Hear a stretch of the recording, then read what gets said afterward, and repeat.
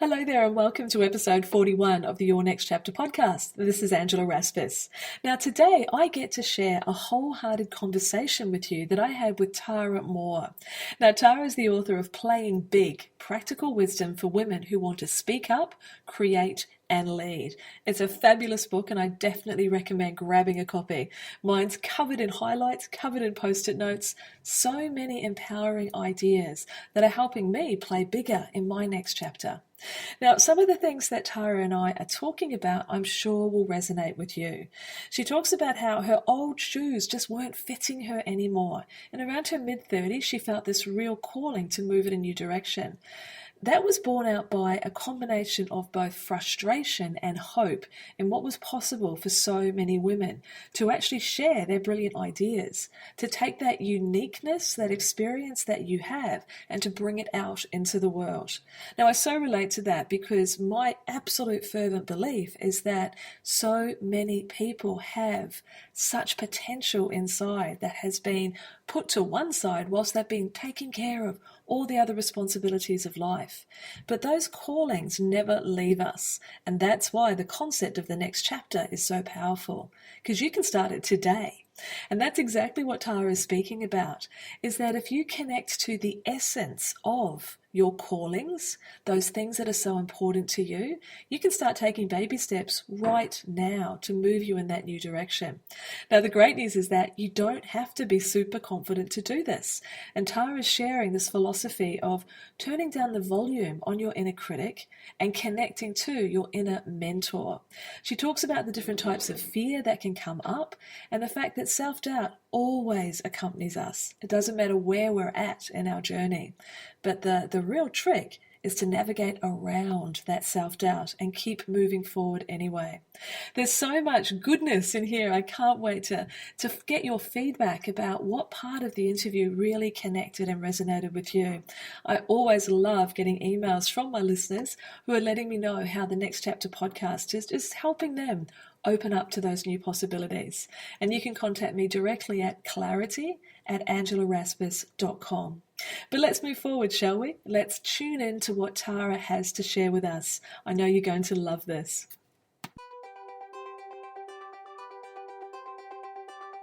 Inspiration, clarity, confidence, and wholehearted business strategy. Welcome to Your Next Chapter, the podcast especially for women in their 40s and beyond who know that business and personal development go hand in hand. Tune in each week for marketing, mindset, and personal growth strategies, along with inspiring stories from women around the world who are creating new businesses and lives that are personally fulfilling and financially rewarding. If you're looking to create a business and life you love, you're in great company. Let's find out what will unfold in your next chapter. I'm your host, Angela Raspis, and I'm so delighted that you're here.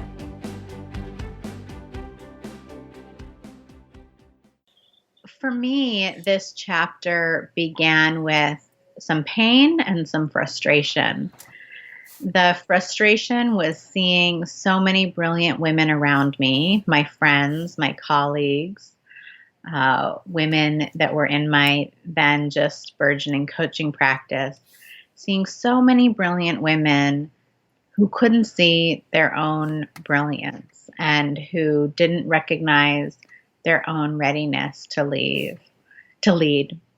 And then the pain for me personally was the pain of seeing how I too was having trouble trusting my voice, wasn't going for my real dreams, was in a career that felt safe but not very fulfilling, and starting to think really seriously, if I keep going like this for the next few decades, how am I going to feel at the end of it? And really wanting to feel like I had used the gifts and opportunities of my life to the fullest, and knowing that I wasn't doing that.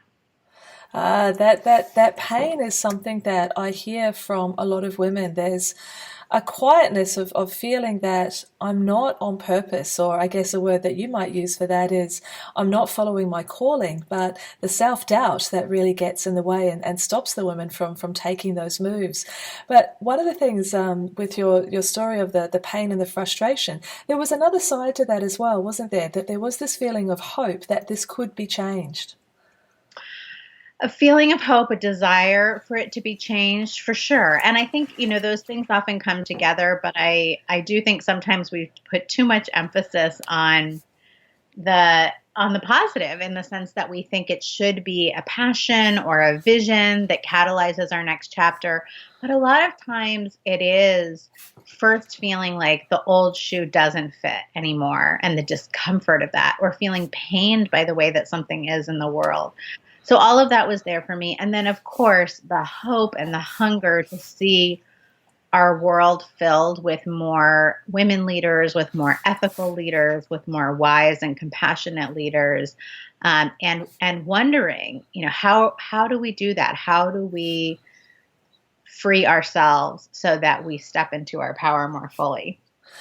Yeah, it's a huge subject that I'm sure has conversations around many coffee shops, around many podcasts, around many wholehearted discussions with friends and families. I know a lot of the women that I spend time with love talking about these concepts, especially if we've got children and daughters and sons, Yeah. of course, but that are be coming through, and how might the world be changed by us taking our own small steps of action. But I was listening as you were speaking, Tara, about that concept of not focusing too much on the positive. Am I right in thinking that that may stem from sometimes we think that our dream or the thing that we're creating needs to be bigger than Ben-Hur, when it doesn't have to be. It can be more of a quiet step forward. It doesn't have to be a huge vision.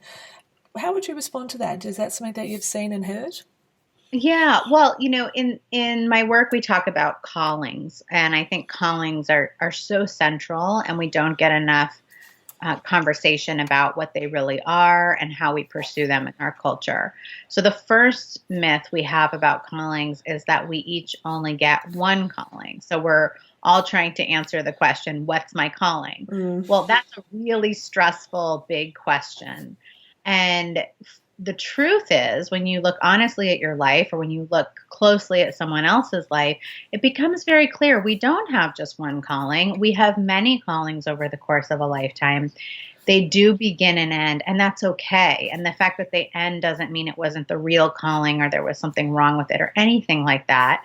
It just means it had its arc, like any living thing comes into being, has a life, and then gets transmuted into other things and other forms of life. So that's the first piece. And then the second, recognizing that our callings can be in any domain of life. So they might be about career, they might be about family, they might be about things we're doing in our community. And in terms of this question of big, how big do they need to be? It's interesting because fear gets in the way for women on both sides. So some people's inner critic is saying, my calling is so big, there's no way that could be my calling. There's no way I'm cut out for that. And some people are saying, what I think is my calling is so small and frivolous, I don't like it because I want my calling to be more big and serious. So I would say the theme I see more is that our fear and our self-doubt will come up with ways to try to rationalize our calling, whether in the moment we feel like it's big, or it's too big, or it's too small. I think you're absolutely right. That's that idea that fear comes in all different sizes. Yeah, it can dampen our ability to step forward into large, small, or in between size callings. It's an interesting way of looking at it. And the idea that a calling can be across many areas. I think that there can be women who feel that, well, if I don't want to create a business, then that's not quite right. I'm not enough in that respect. But your calling can come from, a huge desire to have a small or large impact in your community or in your family. So what we're really saying is that a calling is very personal, or those multiple callings are very personal over the course of life. And that would lead me to wonder about the ability to help us listen to our inner wisdom as opposed to that inner critic. How can we tune into that wisdom that will take us forward rather than fall under the spell of the critic who holds us back? Yeah. Well, in the Playing Big book and in the work that I teach, we talk a lot about the different voices inside of us and the different parts of ourselves. And two of the very foundational voices that I think every woman needs to get to know, both of these voices in herself. One is the inner critic, and one is what I call the inner mentor. The inner critic, most of us are a little bit more familiar with because it tends to be louder. It tends to be more intrusive. This is the voice that's berating you, whether about your body or your abilities or what you just did or how something's going to be a disaster, right? And we often tend to think that we're alone in having that voice or that we need to get over that voice and become confident. And I think both of those things are myths, that we all have an inner critic. We actually don't need to get rid of it, and we aren't going to get rid of it because as long as we're on our edges, as long as we're being vulnerable, as long as we're sharing our voice in the world, that safety instinct in us that doesn't want us to take risks is going to try and get us to go back in the comfort zone. And the way that it tries to get us back in a comfort zone is through that inner critic voice that's trying to shame us and intimidate us into hiding. So we're not looking to become confident. And if anyone out there has felt they're supposed to be confident or they need to be confident to go for their big dreams, I want to tell you today that's not true. And that every woman I know who's going for her big dreams is going for them with self-doubt right up there in her head, in her chest, right? Whispering in her ear all along the way. But what distinguishes those women from those who are able to go for their dreams versus those who are not is not whether the voice of self-doubt is there, but whether they listen to it or not. And so the skill we're trying to develop with the inner critic is, how do I hear that voice saying, you don't know what you're talking about. Who do you think you are? This is going to be a disaster. And find a different part of ourselves, a different motivation or inspiration to move forward. And that can be the force of curiosity. That can be the desire to be of service. That can be simply the skill of just saying, I hear you, inner critic, but I know what you are and I'm not listening. All of those kinds of practices that we can use in the moment. I love that idea that the inner critic, she tends to show up when we're on our edges. I think that's a great expression. And Tanya Geisler and I had a great conversation a couple of weeks ago about the imposter complex, which has those parallels with the inner critic as well. And I love that reframe that, and I often say it as well, that we want to make peace with her. We don't want to try and eradicate her or push her out or banish her, because, meaning obviously the inner critic, because she's there to protect us. So it's the acknowledgement, isn't it? Yes. And, it's a misleading form of protection. It's a very overreactive part of us that is not accurately assessing danger. So that's why we don't want to actually be led by her or have her be in charge, but we can see what her motivations are, those protective motivations. And then as the grown-up in the room, say, thank you so much for your input, inner critic. I hear you. I get where you're coming from. And we're going to be okay here. This is a risk that we can handle and recover from. I love that. I love that idea of being the grown up in the room. That's a great way of looking at it, and the reassurance that you don't have to become some super confident person that never has self doubt, because that's completely unrealistic. I mean, I'm assuming even at looking at all the wonderful achievements that you have made in following your own callings and being a voice to a lot of women in the world, I dare say you've had experiences where your inner critic has been tapping on the side of your head and telling you some things as well. Absolutely. And still always, all the time. Certainly if I'm stretching into something new, it will definitely come up. Certain audiences that I'm doing speaking for, my inner critic can convince me they're going to think what I'm saying is ridiculous. Sometimes just before I get on a call to teach, I'll hear the inner critic speaking up. So all the time. And it's always my job to say, hey, what is my safety instinct not like about this situation? Oh, my safety instinct doesn't like me giving a speech in front of 500 people. Other parts of me like that, but the safety instinct in me doesn't like that. And so, of course, it's going to try and find a way to get me to say, you know what, let me give a speech like that next year instead of this week. Right? Or, that's not my audience. Let me cancel. And so that's what the inner critic is really trying to get us to do.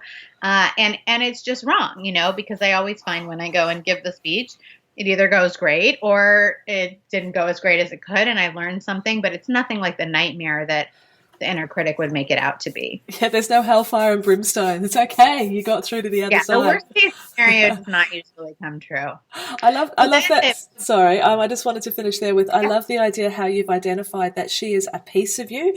You know, what does my safety instinct not like about this? So that suggests that perhaps it's a small part here, but there's a much larger part of you which is called to do this. So let's lean into that instead, which I guess is what we can talk about now. yes. That's just where, thank you. I was just going to go there with the inner mentor. So this other voice in us that I call the inner mentor, it's a way of thinking about that voice of inner wisdom in us, of clarity, of peace, of incredible, loving compassion. And, that's a voice a lot of us are less familiar with. It doesn't speak very loudly to us. It doesn't show up unless we invite it. Unlike the inner critic, which will constantly invade and intrude, our voice of inner wisdom really doesn't come forward unless it's invited and given space. And one of the most powerful ways we can access that voice of inner wisdom, and this is the same voice of inner wisdom that every spiritual and religious tradition talks about, but we don't always have a way to easily get there. One of the ways we can start to access it much more reliably is through thinking of it as an inner mentor, an older, wiser version of ourselves. And so in the Playing Big model, we do a beautiful exercise that is based on a concept from where I was trained as a coach at the Coaches Training Institute, where through a guided meditation, we meet our older, wiser self, our self about 20 or 30 years into the future. And when we actually go into this right brain, relaxed, visualizing state, we find that the person that people meet in that visualization is not at all what they would expect. So if I were to just say to you, Angela, who do you want to be in 20 years? And you'd probably give me, well, I hope this happens, but here's what I'm worried about with aging. And I would wonder if this was going to happen. And all those ego fears and plans, all of our kind of conscious hopes and worries would show up. But when we do this visualization, something really magical happens. And what shows up is not that kind of stuff at all, but really like this inner elder, inner crone for women, more authentic, fully realized version of ourselves. And then we can start to relate to that self like a mentor. And we can say, what would she do in this situation? Or we can go back and visit her in our mind's eye again and say, how do you think I should handle this difficult conversation? Or this seems like an impossible dilemma. What's your take on it?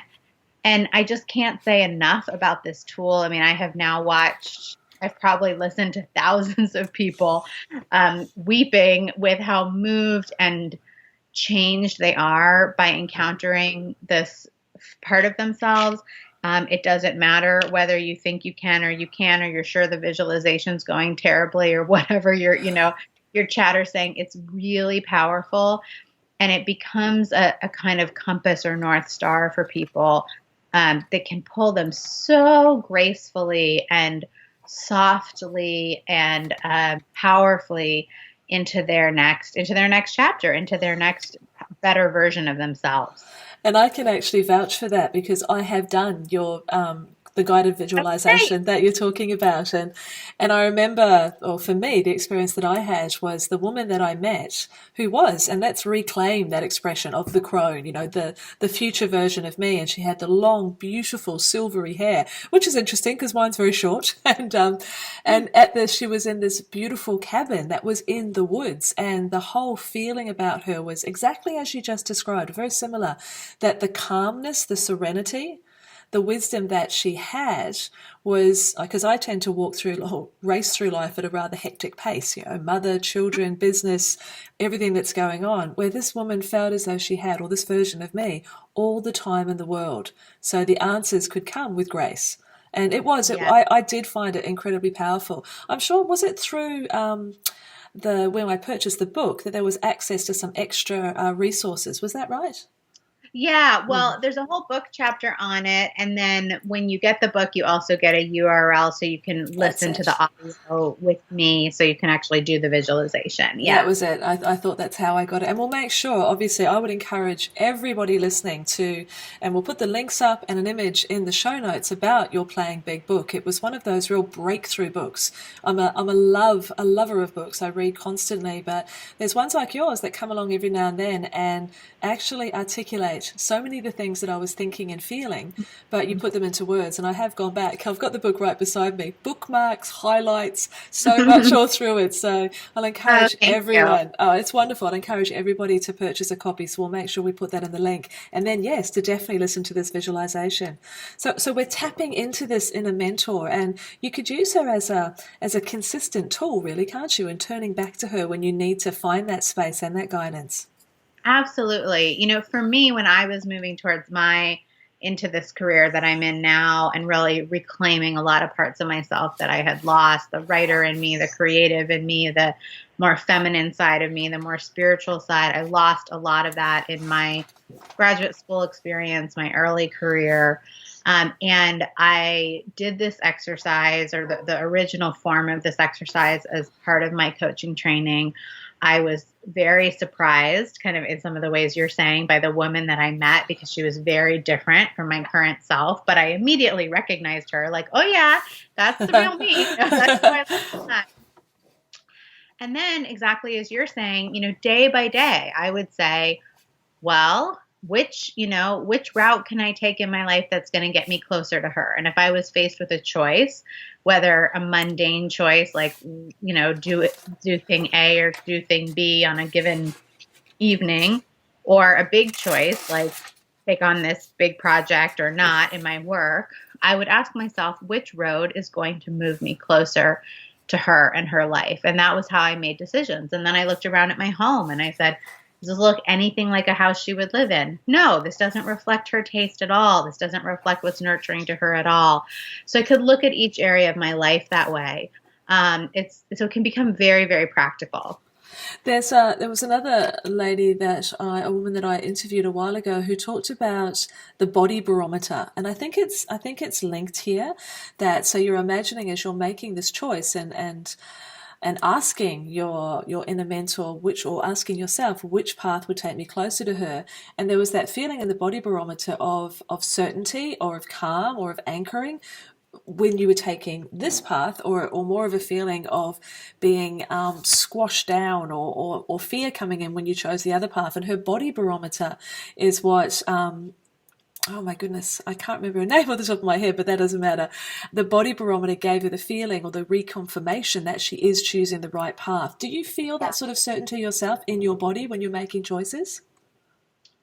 Well, I think it's the way that we think of that with inner mentor is you can often tell if you've tapped into your inner mentor or not by some of the sensations you're feeling. So if you feel a sense of constriction, if you feel like things are very intricate and complex, if you notice that your answer or your solution still takes a lot of work to work out, you probably haven't tapped into your inner mentor. If you notice that the solution or the guidance is very simple, if you notice a feeling of calm in your body, a softening, those are all good indicators that you have, in fact, connected with your inner mentor. So it's really it's a practice, I guess, more than anything, is perhaps when we first start seeking that connection and asking those questions, we may not be sure of the messages that we're getting. So is it a practice that you feel with the sounds the self awareness grows and I'll use the word confidence, as the confidence in using this tool grows, the messages become clearer? Yeah, that's an interesting question, because what I haven't found, I wouldn't say it's a skill that people need to learn, because in fact, people usually can access her in a very vivid way from the beginning. It's not like you have to practice for months in order to be able to do it. What you're pointing to, I think, is, where a little more of the practice comes in is just trusting, right? And learning how to see how her answer can always help you. So sometimes at first people will say, but she only just, I asked her this question and she just kept repeating this one word over and over again. So that wasn't right, But then to an outsider listening, it's like, wow, that one word sounds like the perfect solution to what you were asking her about. Or people say, I didn't like, why was she didn't have any kids in her house when I visited her house in the visualization, but I have kids. And what does that mean? So we have to learn about kind of how to interpret some things that we see with her are symbols, some are literal, trusting that whatever she provided really can be useful, and figuring out, learning how to sort of simmer on it and mine it for its usefulness instead of going into critiquing it right away. Yeah, because that's the old left-hand side of the brain trying to pop back in again. Yeah. Exactly. I love that word trust. That word comes up a lot. And another word that comes up a lot is fulfillment when I'm speaking with women who are stepping into their next chapters. And sometimes it can be hard to trust, but it's important that we take the small steps and almost exercise your trust muscle in little things. And then you'll be able to move further as you go forward. Because I think that fulfillment part, that's the real personal part. That I think when I remember when I was reading part of your book, and that feeling that you had, as you said, when you started, the pain for you came up, and I wanted to make more of an impact. I wanted to make some changes. I wanted to really become more of me. That fulfillment part is essential. It comes up again and again and again. Is it a word that your own audience, your own community talks about a lot when it's playing big on their behalf?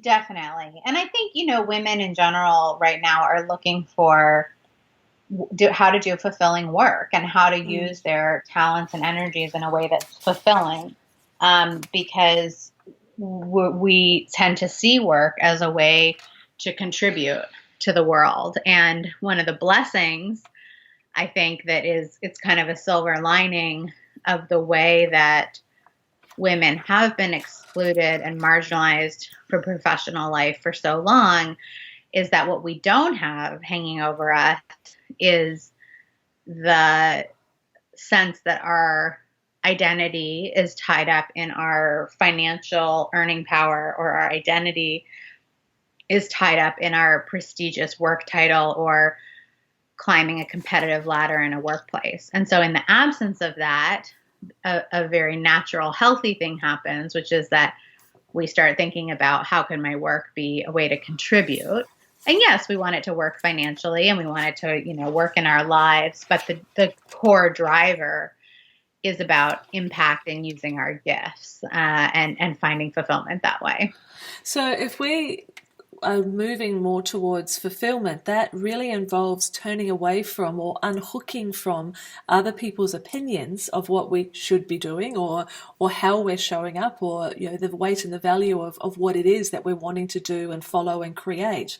So that's, to me, I think that's a really large point. And you do talk a lot about this, the unhooking from praise and criticism, and following our own agenda instead. Can you, for women especially, I mean, my audience is very much in our 40s and 50s, and that can be a lifetime of bowing to other people's opinions and what we should and shouldn't do. So how can we start to unhook from that, well, I need your approval, rather than I want to trust my own approval? Right. And it is a huge barrier because, usually what we feel called to do, we know either it's going to challenge the status quo in some way, or not everybody in our lives is going to get why we would want to do it, or they're going to feel, we're afraid they're going to think we're arrogant for wanting to do it, or all those things that have to do with seeking praise and approval and avoiding criticism. Not to mention then, just if we're thinking about an entrepreneurial path or a new career move, that's going to involve getting a lot of feedback from our audience, from our customers, maybe from places we're applying to work. And if we're avoidant of criticism, we really can't move forward. So one of the most powerful, simple tools for unhooking from praise and criticism has to do with thinking about feedback in a whole new way. And the principle that I offer here is this, and get ready to raise your eyebrow, because usually most of it sounds crazy. The principle is that feedback can never tell you anything about itself. It can only tell you about the person Sorry, Tara, my son didn't answer the phone. Okay, so we're just to regroup there for a moment. I'm about to raise my eyebrows. Life happens when you're planning something else. Such are juggling many things of women's lives. Are we good? Absolutely. Okay. So let's try that one again. I don't think they're going to call back right now. No worries at all. I just recorded something yesterday, and my child old noise machine, like sleep noise machine, started going off in the closet, and so Rockabye Baby was playing through the whole thing. And that's what happened. Okay. Thank you. That helps me relax because my office at the moment is on our... No worries at all. Beautiful. So the principle is that feedback can never tell you anything about yourself. It can only tell you about the person or people giving the feedback. And that's such a shocking concept for a lot of us because we've been taught, I want to gather feedback and incorporate feedback and take feedback really seriously, and it's going to help me grow, and it's going to tell me about my strengths and weaknesses, and that all that thinking, it aligns really well with the way that girls and women are raised. Be collaborative, listen to others, be sensitive to relationships. So what about this idea? So feedback, think about it. If you get a piece of feedback from a customer that, they love this part of your, maybe you're a consultant. They love this part of what you do, but this other part they think is, not so strong. So does that tell you anything about you? Does that tell you anything about those two aspects of your consulting work? Does it really give you any facts about that?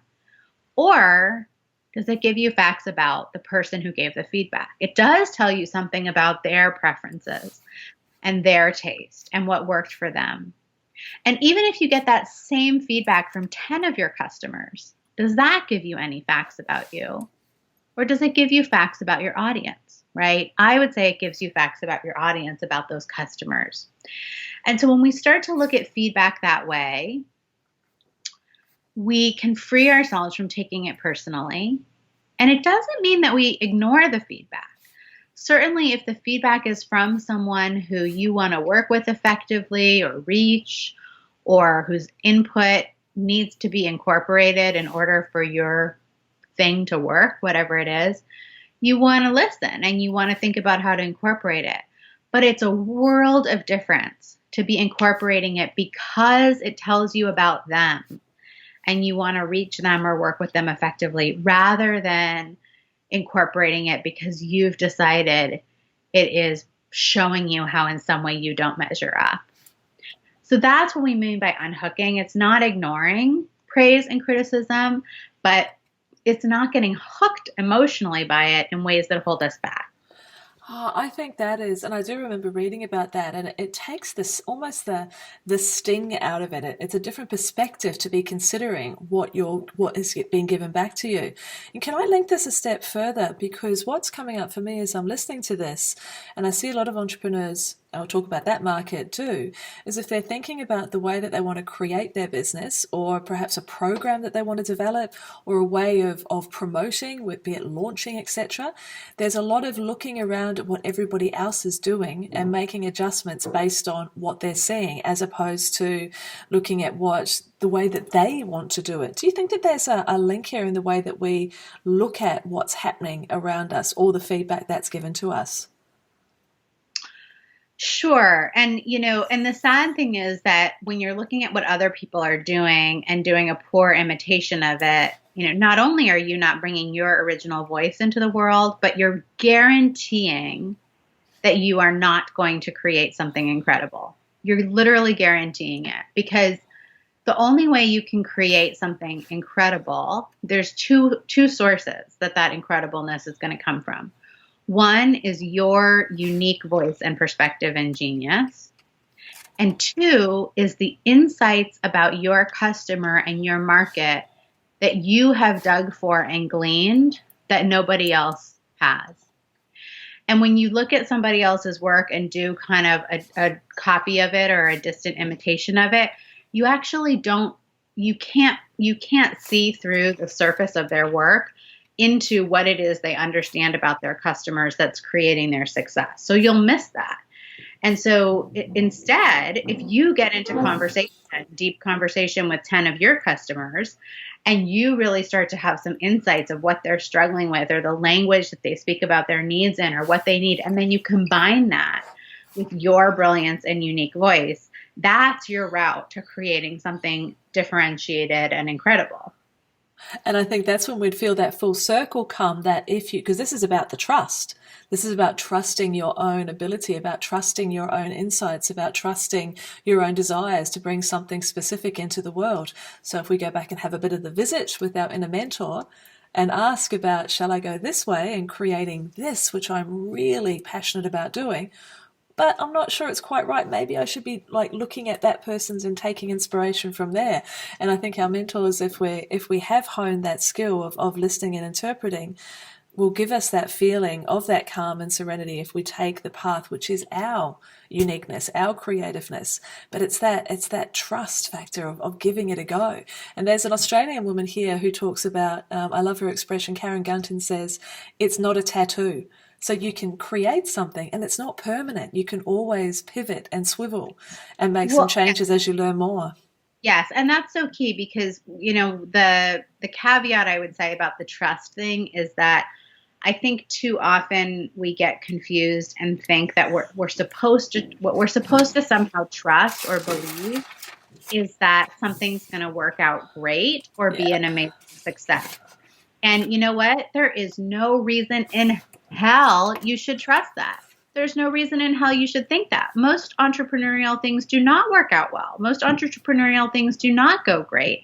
So if you're telling yourself, like, I'm going to create this amazing program because it's what I'm passionate about, and I'm going to invest in a great designer, and I'm going to invest in a social media person, and I'm going to, do all these ads and and I just need to trust that people are going to come and they're going to buy and it's going to go great and I'm going to recoup my investment, I would say you are totally on the wrong road. Danger zone. That's not what we're trying to trust. What we're trusting is that we will continue to course correct and show up for ourselves through the process. And so you want to structure everything so that you can course correct quickly. So what you're trusting is, I can start to talk to my customers and learn about what they want. And then I can write a little bit of test copy and see how people respond to it. And then I can do a scrappy, pilot version of my launch and get some sense of whether this is resonating at all. So you're never asking yourself to trust that things are going to work out in some amazing way. You're just trusting that at each stage of the process, I can listen again to my voice. I can show up for myself again. I can come up with a very lightweight, inexpensive experiment that's going to give me the next piece of information to move me forward. And I think a big part which would come into there is the self-compassion piece, the forgiveness piece, because I've seen often, and I've certainly done it myself, I have a vision that something's going to work out. It doesn't, and therefore, okay, I'm a failure. I won't try that again. Right. And that's where that new paradigm for feedback comes in. Because actually what we want to be saying there is, this tells me something about the people I want to serve. If nobody thought this was relevant to them or nobody thought it was worth buying, it doesn't tell me a thing about me. It doesn't tell me a thing about the quality of my work. It does start to tell me something about my audience. And it probably, just the fact that they didn't buy doesn't give me enough information. I need to now go get on the phone with some people and say, hey, did you see that offer? What did you think? Did you that went by? What was your response? And then it becomes an opportunity to learn. And when you realize that actually your job is to be in a constant learning process about how you can serve the people you want to serve, then there's nothing stinging about that failure. It's just, there's going to be 1,000 experiments here. That was one of the ones that turned out to be a great opportunity to learn what doesn't work and what doesn't resonate, and we go forward. That's such a perfect reframe, and I think that's one of the most important skills that we could develop. You'd get so much more done, really. And I guess one of the things that segues into is this concept of perfectionism and how you could procrastinate about making changes or with the feedback that you've taken on board because it's not quite perfect yet. Is that another thing that we see come up a lot when it comes to holding us back from actually expanding and playing big, of what that is for us? For sure. And I think for whatever reason, women, I think, fall victim more to this. I think that we live in a world that is more hostile to women who make mistakes than to men. So we become perfectionistic out of that. We feel a sense of control when we're being perfectionists. We learn as girls that we have to often be more competent than the boys around us to be seen as equally competent. And so we start over preparing and perfecting things as a result. But then that gets us into a lot of trouble because we can waste a lot of time perfecting. Most things don't need to be perfect or anywhere near perfect. Plus, our definition of perfect is usually totally delusional. So, we do the bulk of the work on something and then we come up with a story. It would be better if it had this. It would be better if it had this. I need to add this. I need to proofread that. I need to da da. And most of the time, none of that's true. And none of that is really enhancing the quality of the product for the people who it's for. And so it just becomes a way that we stall and feel safe and don't put things out there. I remember reading, I think it was a post of yours that spoke about the danger of designing at the whiteboard and Yeah. how you need to bite the bullet. And actually, if we look at that concept of getting the feedback and not taking it personally, if we can embrace the idea that stop designing at the whiteboard, get like a prototype, a first concept out there, get that feedback that isn't personal, it just helps you hone more of what it is that your audience is looking for, and you'll be able to move quicker, make those quicker decisions, which you refer to as well. Yes, that's right. In the playing big model, we talk about leaping, and the very specific definition of leaping is it's an action you take. It's got to be something that you can complete in less than 2 weeks that's related to your playing big and that brings you and your work into contact with the people who that work is intended for. So it takes you out of designing and polishing alone and puts you in contact with some of those people your work is for so that you can learn if you're on track or where you're off track and so on. Yeah, it's the learning curve, and I think that's the biggest part is giving ourselves permission to. It's not going to be perfect. I think that's one of the most reassuring parts of the conversation we're having here is that you can't expect it to work perfectly. It's really unlikely that it's going to. And I think a lot of us fall into the trap, especially with the proliferation of social media and success and aspiration being thrown into our faces so often. We don't see the backstory and we can make assumptions. It's the expression that I've used is judging your insides by other people's outsides and thinking you're not measuring up, but we don't know the backstory. So we've got to Yeah, keep our eye on our own path, connected to our own mentor, building that trust and just taking the baby steps. absolutely. That would be reassuring as heck. Well, thinking, Tara, as we're coming around to the end of this particular wholehearted conversation, I loved you and I first connected when I did a tally summit probably about 3 years ago now, and it's I think the book had only just hit the shelves in the hardcover, which I have beside me now. But it's so wonderful to continue the conversation now. And let's talk about the book. Where can people connect with you and what's happening at the moment? It's just come out in the paperback version, which I've seen here in Australia. But you've got something special happening at this time of the year as well, I believe. Yeah, yeah. Well, for the holidays, one of the things that's been a real joy is seeing that women love to give this book to each other. Men also love to give it to the women in their lives. And so I've always, just so touched at book signings. People will often come over with 5 copies or 7 copies. And it's really a book that people love to give to the women in their lives who they would love to see playing bigger, to the women in their lives who they know are at a transition or wanting to play bigger in some way. So with the holidays coming, we are doing a really fun and special thing, just when people buy 3 or more copies of the book as gifts, you can let us know. There's a little form we have on my website for you to fill out. You let us know that you did that. You enter your address, and we'll go ahead and send you some custom book plates that are beautifully designed and have a place for you to personalize the book to your friend or family member and write a note. And then those book plates are also all signed by me. So they get a signed version of the book and a place for a little sweet custom note. And it can become just a really special gift to give this holiday season. So if you go to taramohr.com/blog, you'll see the recent post about that. Fantastic. I'll make sure that I share that on the show notes, and also I'll pop it onto my social media as well, because I would certainly see it as a wonderful gift to give, because there's a lot of wisdom and insight there that I know when I was reading it, you sit back and go, it makes you think. It really makes you think, and then hopefully take the actions as well. Well, Tara, as we're finishing this chat, what would you like to leave our listeners with? Now, these are women hearing that are sitting on the edge quite often of their own next chapters. They've reached this point in life where it's my turn now. Our children, if we have them, have grown up more. There is more space that's opening up in our lives, and that calling, perhaps, that is right for this season of our lives is starting to get louder, and wanting to respond to it. But having that bit of a tussle with self-doubt, having that bit of a tussle with can I really create this? Who am I? Etc., etc. It's the classic story. What words would you like to leave in their ears as they finish listening with us today? Yeah, that's a great question. And I'm just realizing I should have given you a different link, because if people are listening to this, not the first day it's out. So if you go to taramohr.com/holidays, that's where you're going to find that information. So clarify that, taramohr.com/holidays.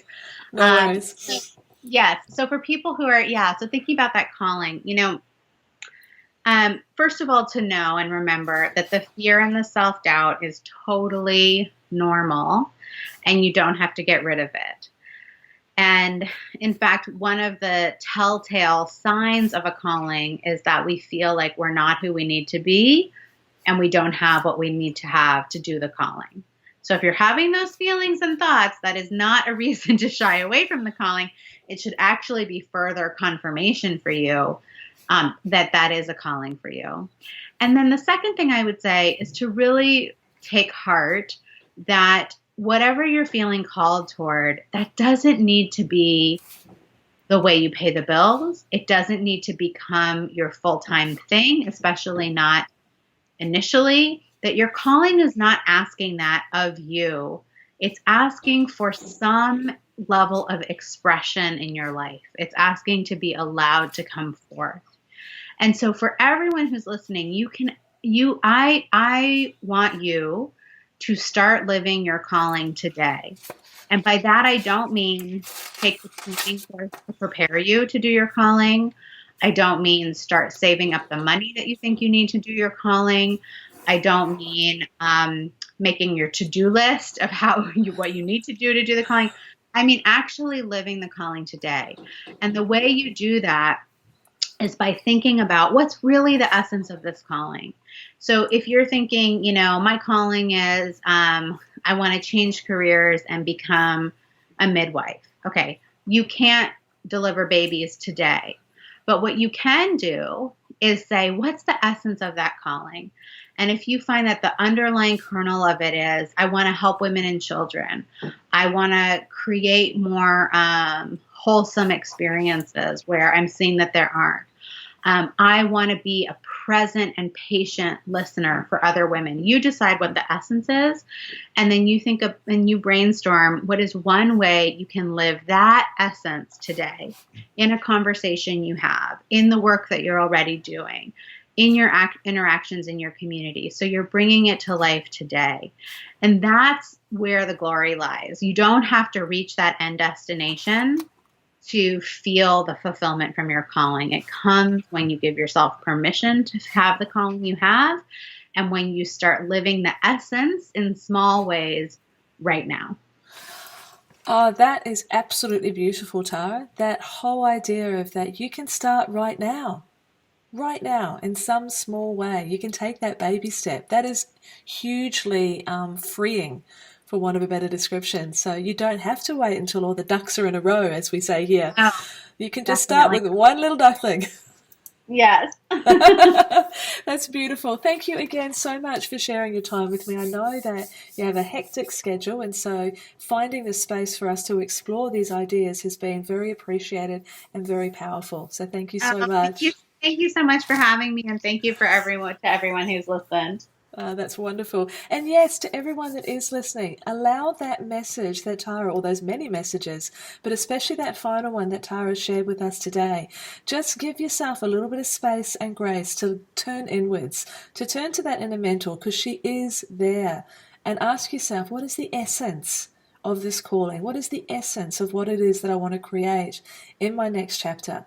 And just take that spark and fan it and take that first step today. Who knows where it's going to lead to, but the feeling of fulfillment and encouragement you will have from just taking that first duckling can make an enormous difference. And that's what a next chapter is all about. It is following your heart and seeing how that opens up to a whole new beginning for you. So I really hope you've enjoyed listening in on this conversation. Thank you for investing your time with us, and I look forward to talking with you again soon. This is Angela Raspis. Have a lovely day. Take care. Thanks for listening to the Your Next Chapter podcast. If you've enjoyed this episode, please let me know. Pop over to angelaraspis.com to subscribe to the show and leave a review. And whilst you're there, you can also enjoy valuable free resources, including show notes and downloads, along with the Next Chapter community, where you can connect with other wholehearted women on the same journey as you. We'd love to welcome and support you as your next chapter unfolds. See you next time.